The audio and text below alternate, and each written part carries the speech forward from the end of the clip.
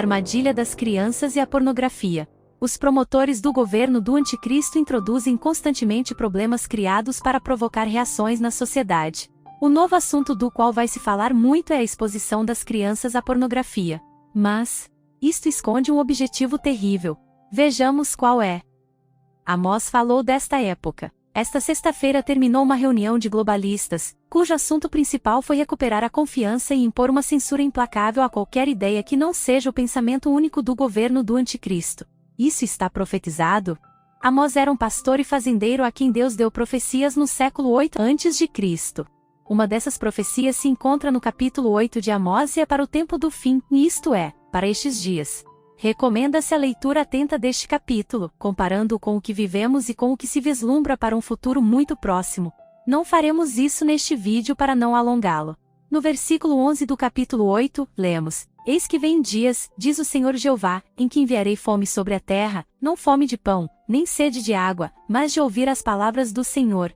No Salmo 119, 160 lemos: A tua palavra é a verdade. Em outros versículos lemos que Jesus é a palavra de Deus, ou seja, a palavra, e também que ele é a verdade. No Salmo 2, 1 a 5 vemos que os reis da terra se levantam, e os príncipes juntos se mancomunam contra o Senhor e contra o seu ungido.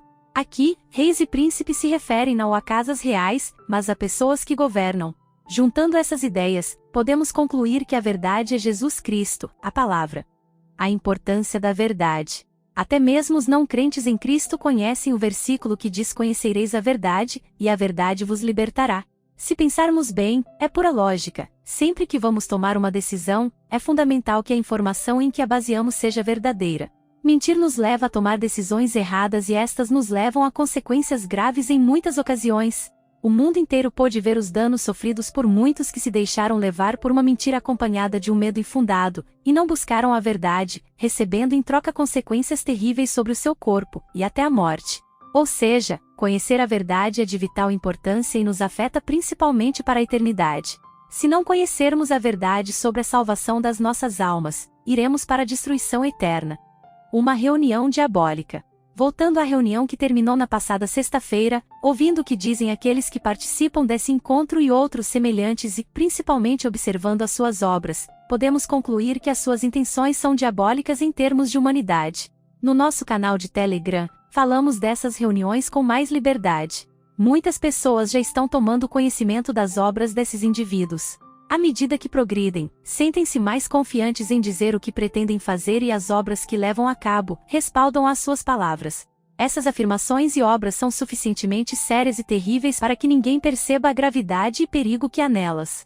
É por isso que muitas pessoas já se levantam e expressam o seu desacordo e a sua raiva contra aqueles que devastam a sociedade, a produção, a propriedade privada, a convivência e a vida humana. Como resultado disto, a principal preocupação desses indivíduos agora é recuperar a confiança e censurar qualquer ideia que não esteja de acordo com o seu relato de mentiras e mais mentiras. Há um problema com esta pretensão que eles têm. Quando alguém vê algo, é impossível desver. Todas as pessoas que perceberam que as suas obras são destrutivas nunca mais creram nas suas mentiras. Ou seja, é impossível que recuperem a confiança do povo. Eles sabem que se não conseguirem silenciar a verdade, não conseguirão aquilo pelo que eles e os seus antecessores lutaram durante séculos, e serão duramente punidos pelo seu amo, Satanás. Isso significa que a censura de quem diz a verdade, contrária ao discurso oficial do pensamento único, será cada vez mais dura à medida que o tempo avança. Crianças e pornografia. Há cerca de 2 meses, os meios de doutrinação em massa ao serviço destes indivíduos começaram a suscitar uma preocupação na sociedade espanhola: a exposição das crianças à pornografia.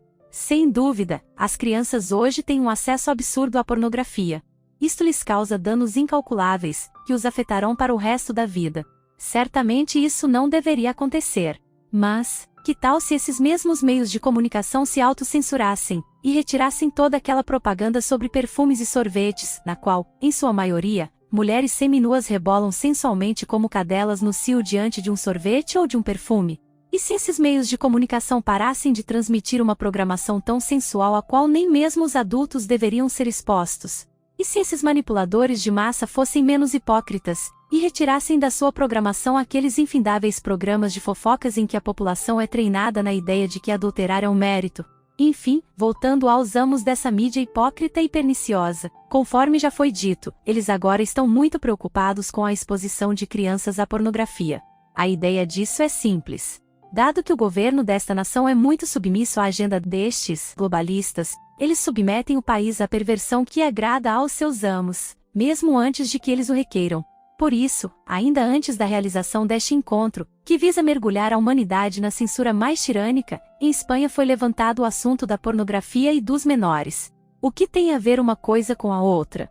A ideia desses indivíduos, que nem sequer sabemos se são seres humanos, é que, usando a desculpa de proteger as crianças da exposição à pornografia, cada pessoa seja obrigada a se identificar para acessar qualquer página da web. Desta forma, poderiam controlar exatamente tudo o que lemos ou vemos na internet, podendo assim traçar ao milímetro um perfil psicológico e ideológico de cada um de nós. Se você ler o livro 1984, verá que o governo controlava até os pensamentos. George Orwell descreveu essa situação não porque fosse um visionário ou demasiado inteligente, mas porque ele e o seu irmão estavam envolvidos nas organizações que promovem o governo do anticristo e é por isso que sabiam quais eram os planos. Os escravos devem amar suas correntes. Um dos pensamentos que sustentam as obras destes servos de Satanás, e que foi expresso em 1984, é que os escravos devem amar as suas correntes e pagar para comprá-las. Se você observar o que está acontecendo ao seu redor, verá que a sociedade mundial vive assim hoje em dia. Como, por exemplo, é financiada a máquina de manipulação do pensamento em massa? Se você quiser saber mais sobre o assunto, há um vídeo nesse canal que fala sobre como roubam a tua vida para produzir a tua morte. Voltando à pornografia e às crianças, quando uma medida suficiente de doutrinação em massa for alcançada, eles imporão o controle para que o acesso à internet seja realizado por meio de identificação, conforme explicado. A desculpa é que desta forma as crianças não terão acesso à pornografia. Quem pensar um pouco verá que esta medida é ridícula para que esse objetivo seja alcançado. Mas eles não se importam que as crianças tenham acesso à pornografia, mas sim que haja uma desculpa aceitável para a população adulta se sujeite a que eles controlem o seu pensamento, controlando as ideias que chegam às pessoas. Pessoas que desconhecem a verdade aceitarão e aplaudirão a medida, sem perceberem a corda que colocam no seu pescoço. Laboratórios satânicos. A China tem sido um imenso laboratório asiático para o governo mundial do dragão, ou antiga serpente. Não é por acaso que o símbolo da China é um dragão vermelho. A União Europeia é esse laboratório no Ocidente. É por isso que a Europa tem medidas tão peculiares em relação aos cookies utilizados em conteúdos da internet.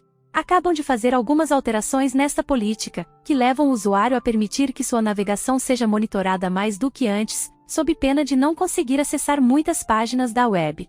Mas isso não é suficiente para esses indivíduos e é por isso que agora vem com o assunto da pornografia e as crianças, o que levará à imposição de identificação obrigatória. Na China as pessoas são penalizadas por ouvirem ideias que não agradam aos que estão no poder. A Europa vai pelo mesmo caminho e isso estender-se-á a todo mundo. Rompamos as suas cordas. A censura em relação à verdade sobre os fatos e as ideias em geral vai aumentar, como explicamos. Mas, o objetivo final é erradicar a verdade, que é Cristo. Essas organizações que atacam a terra e devastam a convivência humana, impondo a sua nova ordem, são totalmente contrárias a Cristo, que é o ungido mencionado no Salmo 2. A guerra destas pessoas é contra o ungido de Deus, que a Bíblia diz ser aquele por quem e para quem todas as coisas foram feitas. Deus ama profundamente o ser humano e é por isso que Satanás e seus servos odeiam o homem e querem conduzi-lo à condenação eterna. Para isso é fundamental erradicar a ideia de Cristo e seus ensinamentos, porque Cristo é a verdade, e a verdade nos liberta. Cristo é o único que deu a vida para redimir o ser humano do pecado. Assim, começam por erradicar a verdade sobre os fatos comuns e corriqueiros, proibindo pensamentos que se desviem de seu relato mentiroso e, por fim, tentam eliminar a Cristo da humanidade. Isso é o que significa rompamos suas cordas de que fala o Salmo 2. Trata-se de romper os laços que unem o Criador e a criatura. Trata-se de romper os laços do ser humano com o Redentor, que deu a vida para redimir o homem do pecado. Por que os homens se submetem a esses genocidas? Receber a redenção através do sacrifício de Jesus na cruz acarreta um alto preço para o ser humano, o seu orgulho. Se você quiser entender o porquê, há um vídeo neste canal intitulado Quanto custa a salvação eterna? A Bíblia diz, a condenação é esta, que a luz veio ao mundo, e os homens amaram mais as trevas do que a luz, porque as suas obras eram más. Porque todo aquele que faz o mal aborrece a luz e não vem para a luz para que as suas obras não sejam reprovadas. Mas quem pratica a verdade vem para a luz, a fim de que as suas obras sejam manifestas, porque são feitas em Deus. A humanidade hoje está convencida de que tem direitos, mas não considera que todo direito implica responsabilidade. O ser humano não quer enfrentar o fato de que pecou ao quebrar a lei de Deus e que, portanto, é responsável pelo mal que ajudou a alimentar. O que está acontecendo é resultado da permissividade humana com a proliferação do pecado e do mal. Hoje os seres humanos procuram escapar às consequências do seu pecado, mas não por meio do perdão. O homem que não enfrenta o seu pecado valoriza mais o seu orgulho do que a restauração do seu relacionamento com Deus. Um poder enganoso. Na segunda carta de Paulo aos Tessalonicenses, encontramos uma passagem surpreendente. Falando sobre como virá o governo do Anticristo, que trará grande sofrimento à humanidade, Paulo diz que sua vinda é segundo a eficácia de Satanás, com todo poder, e sinais, e prodígios de mentira, e com todo engano da injustiça para os que perecem, porque não receberam o amor da verdade para se salvarem. E, por isso, Deus lhes enviará a operação do erro, para que creiam a mentira, para que sejam julgados todos os que não creram a verdade ou antes, tiveram prazer na iniquidade. O assombroso deste versículo é que ele diz que quem enviará esse poder enganoso, para impedir que as pessoas sejam salvas, será o próprio Deus, que enviou seu Filho Jesus Cristo para morrer na cruz para salvar os seres humanos, porque Deus ama o homem. Como pode ocorrer esta aparente contradição? Consideremos primeiro o tempo. Jesus veio morrer para pagar pelo pecado humano há 2000 anos. A seguir, a Igreja de Cristo tem anunciado a salvação e o amor de Deus ao homem, explicando que para ser salvo é preciso crer em Cristo. Muitos creram e foram abençoados com a paz de Deus, tendo sido reconciliados com Ele, tendo seus pecados apagados. Estas pessoas foram feitas novas criaturas, desfrutando de um relacionamento genuíno com Deus. Mas muitos outros continuaram rejeitando esse perdão, porque não queriam assumir a responsabilidade pelos seus pecados. O tempo sobre o qual Paulo escreve aos Tessalonicenses, no entanto, é o tempo do fim em que vivemos agora, 2000 anos após a morte de Jesus na cruz. O versículo diz que esse poder enganoso é enviado para que aqueles que não receberam o amor da verdade não sejam salvos. Quando alguém nos dá algo, se não o recebermos, não seremos beneficiários do presente. Há muitos que não receberam esse amor à verdade, portanto, não se importam se algo é verdade ou mentira, mas optam por acreditar no que lhes é conveniente, desde que não tenham que assumir a responsabilidade pelos seus pecados, tendo assim que aceitar a obra redentora de Cristo na cruz. O versículo revela outra coisa que é terrível: como essas pessoas não receberam o amor da verdade, elas mesmas escolheram acreditar na mentira. Um exemplo disso são os milhões que se submeteram a essa grande mentira que causou tantas mortes e doenças em todo o mundo. O texto ainda acrescenta algo mais, o que é interessante. Ele diz que essas pessoas tiveram prazer com a injustiça. Continuando com o exemplo, quantas dessas pessoas, que abraçaram a mentira que as levou a permitir que os seus corpos fossem invadidos por substâncias cujos efeitos eram desconhecidos, não foram agressivas e injustas, assediando aqueles que não acreditaram naquela mentira e não permitiram que seus corpos fossem invadidos? Qual foi o resultado? Muitos dos que acreditaram na mentira, hoje sofrem as consequências de o terem feito. Aqueles que investigaram e procuraram a verdade preservaram as suas vidas. Isto é o que acontece também no âmbito espiritual. Aqueles que rejeitaram o Redentor, abraçaram a injustiça e continuaram praticando o pecado, sem assumir a responsabilidade pelos danos que causam. Portanto, eles agora são cativos da mentira. Aqueles que buscaram a verdade, conheceram a Cristo, o Redentor e, quando chegar o tempo, que está muito próximo, serão arrebatados desta terra antes que Deus derrame sua ira sobre aqueles que não creram. Fome de ouvir a palavra de Jeová. Hoje em dia vemos como avança a situação da humanidade, o que levará aqueles que não amaram a verdade ao que Amós profetizou: vêm dias, diz o Senhor Jeová, em que enviarei fome sobre a terra, não fome de pão, nem sede de água, mas de ouvir as palavras do Senhor. Quanto ao avanço da censura, primeiro eles acostumam as pessoas a não terem acesso a tudo o que desejam, convencendo-as de que são eles, os globalistas, quem tem o direito de determinar o que você pode ou não pensar. Depois, retirarão totalmente a palavra de Deus, para que a humanidade não conheça Deus e sua redenção em Cristo. Você ama a verdade e está disposto a enfrentar o seu pecado, crendo em Cristo e assim matando o seu orgulho, ou prefere ser vítima do engano que cobrirá toda a terra, levando ao lago de fogo milhões e milhões de pessoas que não receberam o amor da verdade? Você vai permitir que eles controlem o que você deve pensar ou vai se encher da palavra de Deus, a verdade, para que tenha capacidade de discernir entre a mentira e a verdade. Se você acha que este trabalho é edificante, inscreva-se nos nossos canais de YouTube e Telegram. Não monetizamos as publicações e a única forma de saber que você gosta do material é se você se manifestar dando um like, fazendo um comentário ou inscrevendo-se.